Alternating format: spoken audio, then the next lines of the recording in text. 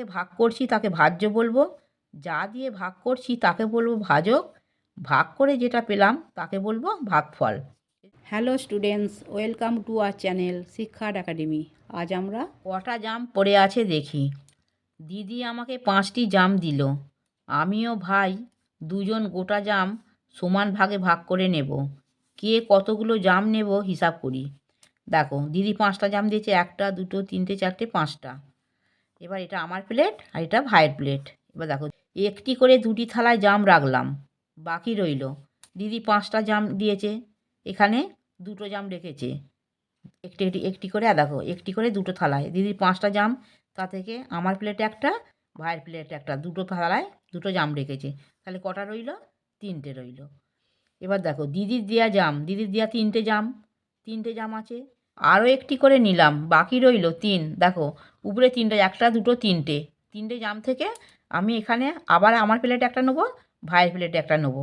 তাহলে 3টে জাম থেকে দুজনের প্লেটে 2টো নিয়ে নিয়েছি। আগে 2টো নেওয়া হয়েছিল একটা একটা করে, আর যেখানে একটা একটা করে 2টো নেওয়া হয়েছিল। তারপরে আবার একটা একটা করে 2টো নিলাম। হ্যাঁ, তাহলে 3টে থেকে একটা একটা করে 2টো নিয়ে নিয়েছি। তাহলে কটা পড়ে রইলো? একটা।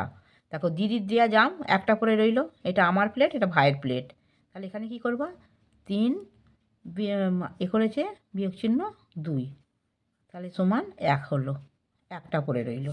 3টে থেকে 2টো নিয়ে নিয়েছি, একটা পড়ে রইলো। এবার দেখো তাই দেখছি সব সময়ে সমান ভাগে ভাগ করা যাবে না। সমানভাবে ভাগ করার পর যেটা পড়ে থাকবে তাকে কি বলবো? শেষে যেটা পড়ে থাকছে আর ভাগ করা যাচ্ছে না তাকে ভাগশেষ বলবো। যাকে ভাগ করছি তাকে ভাজ্য বলবো, যা দিয়ে ভাগ করছি তাকে বলবো ভাজক, ভাগ করে যেটা পেলাম তাকে বলবো ভাগফল। এদিকে দেখো যেমন 2, এখান থেকে দেখো একক যেহেতু 5 আছে, তাহলে এইটা দেখো, এটা যা দিয়ে ভাগ করছি সেটাকে বলবো কি? যা দিয়ে ভাগ করছি তাকে বলবো ভাজক, এটা তাহলে ভাজক। আর যাকে ভাগ করছি, এটাকে ভাগ করছি 5টাকে, সেটা হচ্ছে ভাজ্য।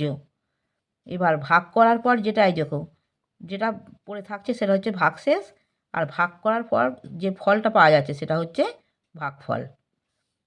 দেখছি ভাগশেষ ভাজকের থেকে কম হয়। সবসময় যে ভাগশেষটা সবসময় এই যে ভাজক, ভাজকের থেকে সবসময় কম হবে।